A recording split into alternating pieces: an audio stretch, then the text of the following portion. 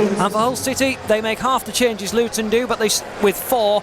Matt Ingram is the goalkeeper. Louis Coyle, Alfie Jones, Jacob Greaves and Sean McLaughlin is shoehorned into the back 4. Greg Docherty and Xavier Simons are the sitting midfield pair. Rotation with Seri on the bench, but no Regan Slater at all. Alias Saïd-Benesh, Harry Vaughan, Adama Traore and Ozan Tufan remain the front 4, the wide players and strikers. Darlow, Longman, Callum Jones, John Michael Seri, Will Jarvis, Alfie Taylor and Harry Wood make up the bench. A youthful bench for Hull City. They might get minutes on the final day. And McLaughlin will play it back towards Ingram. No real chances of note so far as Hull City settle with the ball in possession in these early stages.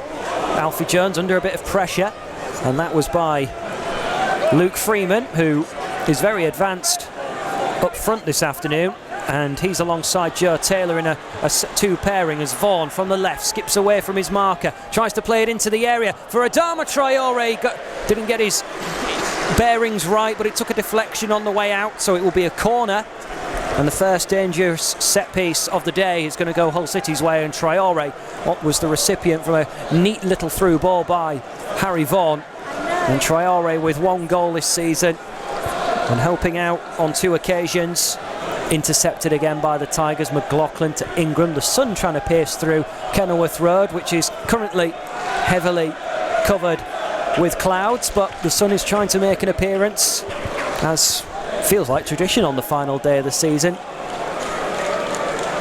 Spring in full flow, summer around the corner, temperatures nice and mild for a game of football, not too hot, not too cold, as Alfie Jones has the ball on the edge of the penalty area. He's gone for thermals this afternoon, so too has McLaughlin and Simons. As the ball is played through, and Saïd-Benesh is on goal here, into the penalty area. Saïd-Benesh strikes the post.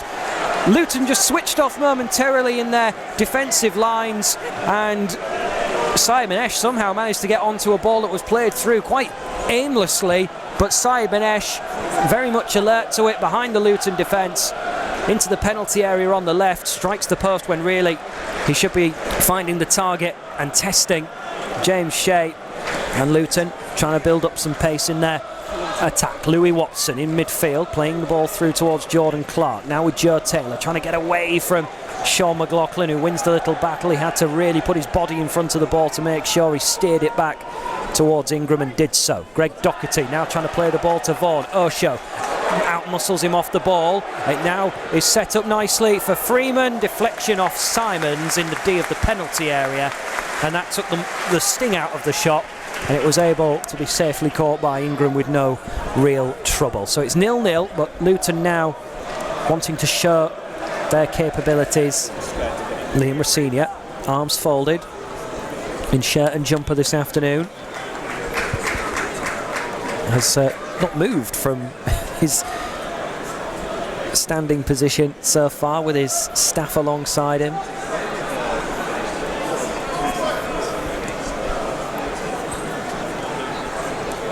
Luton Town moving the ball into midfield. Louis Watson in the centre circle, playing it wide towards Alfie Doherty. He tries to take a step in field. It's well watched by Louis Coyle. Saïd-Benesh though can't take the ball off Watson, who restarts Luton's next play. Campbell, edge of the box, left side, turning away from Saïd-Benesh as he heads towards the edge of the area. Clark is the fellow midfield option, finds Doherty out wide with a fast ball into the area, and a reaction save from Matt Ingram as Taylor headed it towards goal. Ingram didn't have time to move, but his hands were in the right place as he batters the ball away, and that's Luton's best chance by far. Remains 0-0 as Hull City now look to come the other way, and Docherty finds Tufan infield to Vaughan, puts the ball into the feet of Adama Traore, who goes down quite theatrically with Campbell close by, but he gets a free kick for his troubles.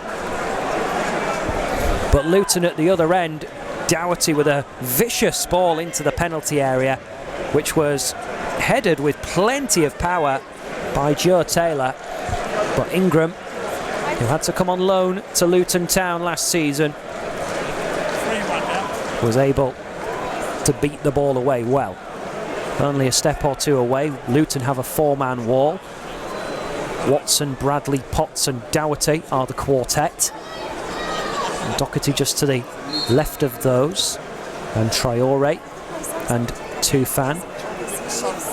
It will be Traore to take it, bounces in front of Shea in the 6-yard box, and Shea pushes it away from his right-hand post. And Tufan took a big gulp of air. You saw his chest muscles extract as he was looking like he was going to shape up to shoot, but Traore was the one who had a go and forces a save.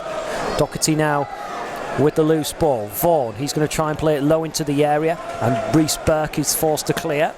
Gathered by McLaughlin into Doherty, spots Tufan on the edges. He's got Sonny Bradley all over him as he manages to push the ball back to Greaves. Neat 1-2 between him and Doherty, and now Vaughan into the area on the left. Harry Vaughan just slowing down his pace, trying to set up Tufan, chips it out to Coyle, who chests it and strikes it at goal, but it just whistles wide of the target from the far post. And Louis Coyle, on his centenary of appearances, couldn't find his second goal with that attempt. 48 minutes gone, it remains 0-0, but Louis Coyle into the fray in the shooting department.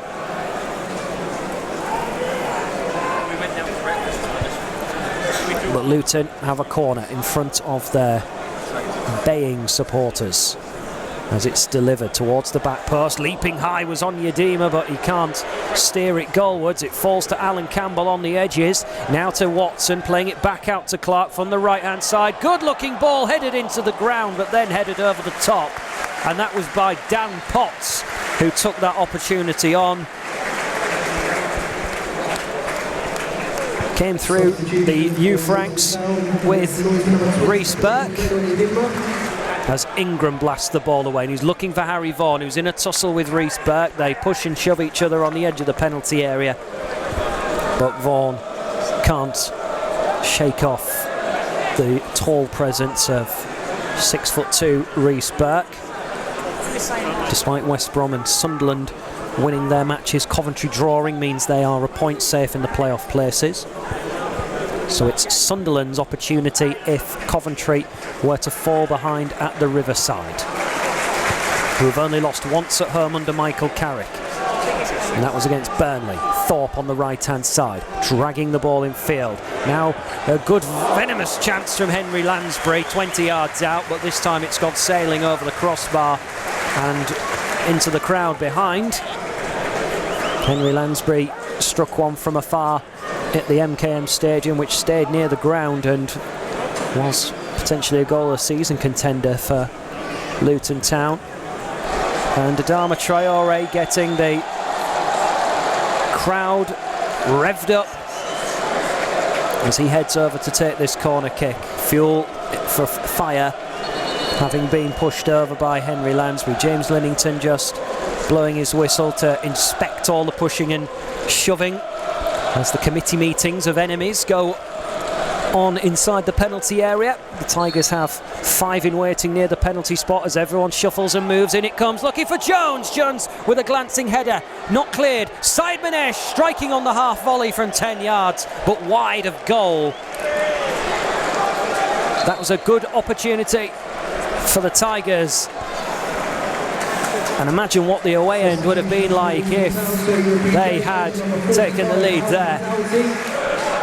Sean McLaughlin going wide to Greaves. Greaves now to Doherty. Luton Town are, after 63 minutes, chanting away that they could be off to Wembley. A 2-legged playoff semi-final to get through first, and their opponents still very much up for question. Blackburn have equalised at the Den, so it's Millwall 3, Blackburn 3. Sunderland are 2-0 up in their match against Preston North End, whilst Hull City come forward here, and it's Traore in the heart of the Luton midfield. Traore from afar, never caught it sweetly, and the ball trickles wide. Didn't catch it anywhere near as cleanly as he would like. Vaughan finds Seri, and then Coyle on halfway will reset and go back towards Matt Ingram. Out now to Seri. Seri's going for the direct route as everyone stayed pretty much forward. Nodded down by McLaughlin in the area. Plenty in white waiting in the box. Greaves tries to find one of them, but Luton gobble him up and now look to spring a counter. Luke Berry. Berry gone for it from afar, but just over or wide of the target.